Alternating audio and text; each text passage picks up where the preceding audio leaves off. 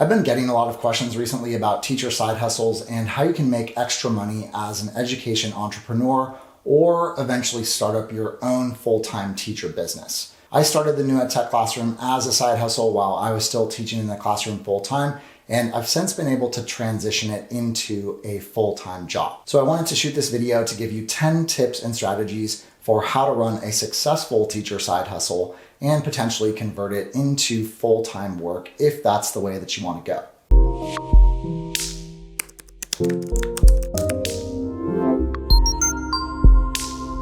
In this video, I'll be focusing more on strategies to build up passive income streams as opposed to just taking a second job and doing something where you are just trading your time for money. Of course, it takes some time to set up those income streams, but once you do, you can have a decent amount of money coming in, and that's what I'll be explaining in this video. I want to start off by giving you just a little bit of context about why I started the new EdTech classroom. I was teaching full-time, living in San Francisco in a tiny 400 square foot apartment, pushing 40, still living paycheck to paycheck, still trying to pay off my undergraduate loans, and really unable to save any money. First, I tried to take on a second job by driving for Lyft after work and on the weekends, but of course that wasn't really good money, so I decided to research some other options like how to start a blog or use video content and actually brand yourself and be able to create some passive income streams. After a decade in the classroom, I was also getting to the point where I was ready to explore some next steps. And so I did want to do work that would also lay the groundwork for me to be able to transition to some other type of work in the future. There were, of course, lots of reasons that led me to start the new EdTech classroom, but I do want to be clear that a major driving factor for me was money. And so I don't think that we should feel badly or ashamed at all, particularly when working in a low-paying profession like teaching, that we want to start up a business in order to make some more income. When I first started the new EdTech classroom, I had almost no social media presence. I really didn't know anything about building a website or creating YouTube videos, and I had to learn pretty much everything from scratch. Now, 2 years later, I've built a community of nearly 200,000 educators across different social media platforms. So I wanted to share with you the important steps that I took that helped me get there, as well as share some mistakes that I made along the way so you don't make them too. Okay, my first tip is that you want to make sure that you are creating a business around solving a problem. It's actually quite easy to fall into the trap of creating a whole business around an idea you think is important, as opposed to creating a business around a problem that other people actually want solved. Even as your business grows, you need to be continually thinking about how you can position your ideas in terms of solving somebody else's problem. Let me give you an example of how I made this work for my business. I was making education technology tutorials for teachers, and then when emergency school closures happened, I made a concerted effort to put out a lot of content specifically about remote teaching. So I was fulfilling a need that people had, and that was a major factor that helped my business grow. None of my content was about fully online learning prior to making videos about remote teaching, and I actually think that technology integration is more effective when it's done in a more hybrid environment. But I still recognize that there was an opportunity in people needing to learn how to teach remotely, so I seized that opportunity, created content around it, and that was a good decision for my business. It's also important to remember that the more you just help other people and solve other people's problems, the more you'll be able to start putting your unique ideas out into the world.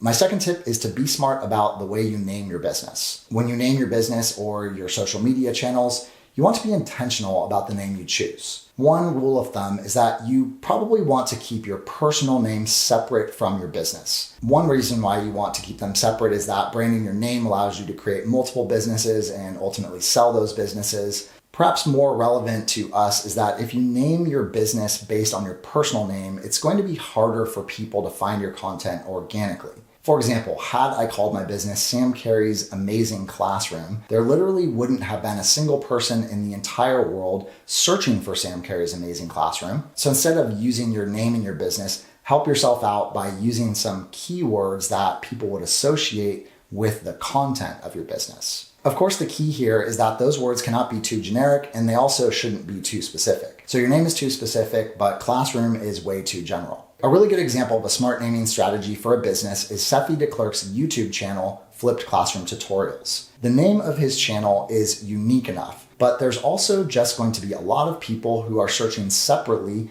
for flipped classroom or how to flip your classroom.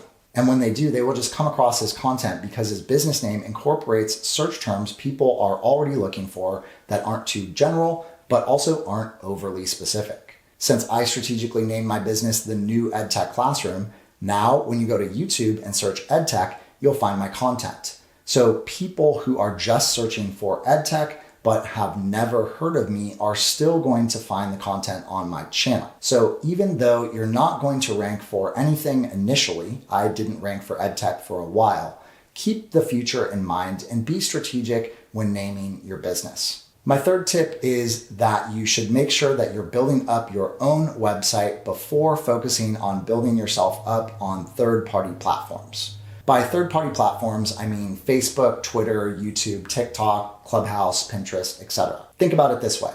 When you start up a business and you tell people the name of the business, people are going to Google your business name and they're not going to go to the Facebook page for the business. They're going to go to your website. So you want to make sure that your website represents your business well and that it is optimized for certain things like collecting email addresses and selling any products that you have. And I'll get into that in a moment. So focus on making your website as awesome as possible first, and then build up your presence on social media platforms, and then try to drive that traffic back to your website where you control the user experience. My fourth tip is to focus on quality content over a large quantity of content. And by the way, I think everybody needs to be putting content out there because you need to think about content as your primary marketing strategy. Essentially, it's like your business card to the world to help you stand out, and it's also going to function later like free advertising. Your content will ultimately be the main way you monetize your business, though not in the way you might think through ad revenue.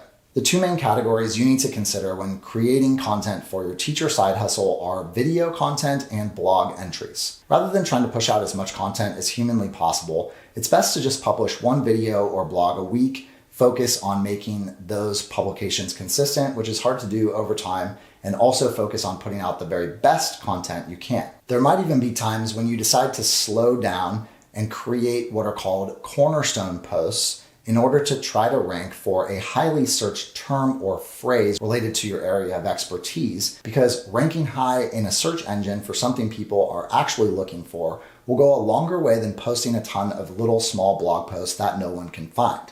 I don't post as many blogs as I do videos. However, I do have a few articles that rank near the top in Google search ranking because I spent a lot of time and effort on making sure those posts were optimized for search engine optimization, or SEO. And I also made sure that those articles were as high quality as I could make them. So right now, if you were to go to Google and search how to use education technology, you're probably going to see one of my articles pop up near the top. And if you search how to teach remotely, you're also going to see one of my cornerstone pieces near the top as well. Now, I spent nearly my entire Christmas break writing that how to use education technology article. And of course, during that time, I could have written 10 to 15 other smaller articles. But now, since I have a ranking article for a very highly searched term, how to use education technology, that single piece drives a lot of traffic to my website, which ultimately I can convert potentially to paying customers, and that helps me monetize my business. By the way, if you like the tips I'm sharing in this video, then be sure to check out my Edupreneur 10X Club. You can join at edu10x.club. And if you do, I'll send you a new video every single week with different tips, strategies, and ideas for how to start, monetize, grow, and eventually scale your education-focused business. There's also an Edupreneur 10X Facebook group. I'll put the link for that in the video description as well. My next tip is related, and that's that you need to be prepared to pretty much give away almost everything for free, and also be prepared for the fact that you're just going to be working for free and putting up a ton of free content for a while without making any money. This is also a reason why you should get started now. Content marketing is a marathon. You want to think about all the content you're putting out there as a long-term play that is like putting money in the bank to grow your future business. It took me about 8 months of creating content on a regular basis before I was able to monetize at all. And that's actually a pretty fast timeline. I just happened to get lucky. Okay, although I just got done saying you need to be prepared to give away most of your stuff for free, it's also critical that you don't forget about this next step, which is to create paid products as well. Now, this might sound totally obvious. You're running a business, you need to be able to make money. But a lot of people who are getting started in the teacher side hustle space or just content creator space in general forget about this important step. And I'll have to say, I initially made this mistake too. Eventually, I did, of course, make paid products, but I almost certainly would have started monetizing my business much faster had I done so earlier. The reason why I wasn't focused on paid products is because I was laser focused, as I know many people are, on monetizing on third-party platforms. So because I was on YouTube, I was obsessed with the idea of monetizing my channel with 1,000 subscribers and 4,000 watch hours. I could make a whole separate video just about all the reasons why you do not want to build a business based on ad revenue on third-party platforms. But the bottom line is that you are basically not in control at all over that ad revenue. And if you get it, you should think of it as a bonus, but it's not going to be the backbone of your business. Just to give you an example, if all I did was try to live off my ad revenue, that makes significantly less than I did as a teacher. So it certainly wouldn't support me to be able to run my own full-time business. The key element of actually building a successful, stable business is selling your own products that people can buy. You want to treat the content that you create as essentially organic marketing for those paid products. By the way, if you're interested in learning all about how to build a strategically technology integrated classroom, then click on the link in the video description below to learn about how to register for my 21st Century Classroom online course. See what I did there? So even though this video will probably only make me about 20 to 50 bucks this month, if enough people buy my course or join my Edupreneur 10X club, then I'll be able to actually sustain my business. So I'm putting out this content to hopefully give you value and also using my own content to sell some products that I offer as well. Tip number 7 is to build an email list right away. And this is also a mistake I made, even though I was told directly to start building an email list right away. The one caveat that I will give to giving everything away for free is that you should try to capture as many email addresses as possible when you're giving away those things for free. To give you an example of how I do this, I have a resource pack that I've put together of over 20 resources that you can take and use in your classroom. So it's genuinely valuable. To get it, you just need to sign up for my weekly newsletter. So essentially, I'm exchanging some resources that I've created that are useful for email addresses. And by the way, the link to get those resources is in fact in the video description if you want that. Once you build an email list, then you can start emailing people. And you want to continue to push out high quality, free content. And that should make up at least 80 to 90% of what you're sending out. But embedded in those emails, you can also sell products that you offer. And when you're doing something like a product launch for a membership, a book, coaching, etc., then you can launch those products to that list. You can expect from 3 to 4 to 10% conversion for your email list. So if you just do the math, if you think about it, if you had an email list of 10,000 people and you got 1,000 people to buy a product, even if it's just a $5 ebook, that's not bad money. The other reason why you want to build an email list is that you do not own the data on all those other third-party platforms. So let's say, for example, that one day YouTube goes away or you get kicked off Facebook or Twitter, then you would no longer have access to any of your followers on those platforms. Poof, they're just gone. That's why it's important that you have those emails so that you can own your own data and build your own audience that's independent of those third-party platforms. My next tip is to be patient, but also be ready to pounce on an opportunity. It can take a long time to grow an audience to be able to actually monetize your teacher side hustle or turn it into a full-time job. But when the opportunity arises, you need to be ready. One way opportunity might show up is just circumstances that are happening in the world of education. So it's important to keep your finger on the pulse and always have a clear understanding about the most pressing issues that people are facing. That circles back around to my first tip about building a business around solving problems. You need to be prepared to come in and offer a solution to the big problems people are facing.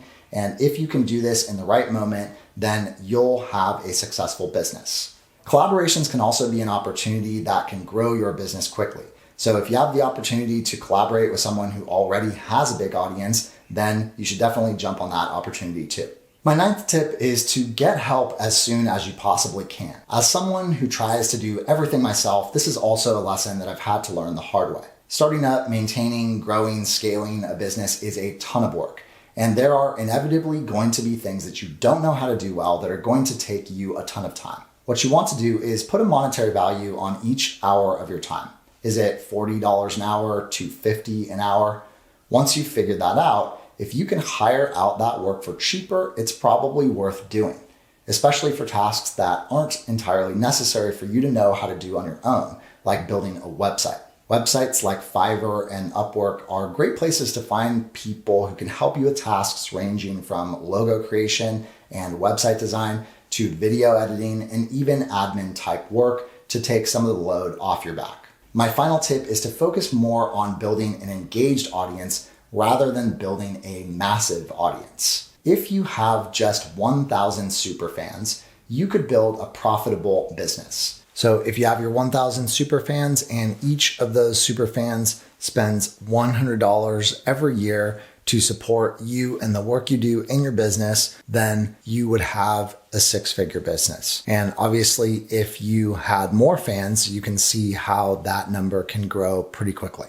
The point I'm trying to make is that you don't need to have a huge following, and you don't even need to meet the monetization thresholds on social media platforms to be able to sell things to an engaged audience that wants to genuinely buy your stuff and support your work. So focus much more on creating that engaged community and don't worry so much about the numbers. Thanks so much for watching this video to the end. I'd love to hear your feedback about it, particularly whether or not you found the content helpful and if you'd like to see more of this type of content in the future. And also be sure to check out Edupreneur 10X. It's a club I just started that you can join for just $7 a month. And when you do, I'll send you a new video every single week with different tips and strategies for starting, monetizing, growing, and scaling your education business. Be sure to also like this video if you found it valuable, and I'll see you in the next one.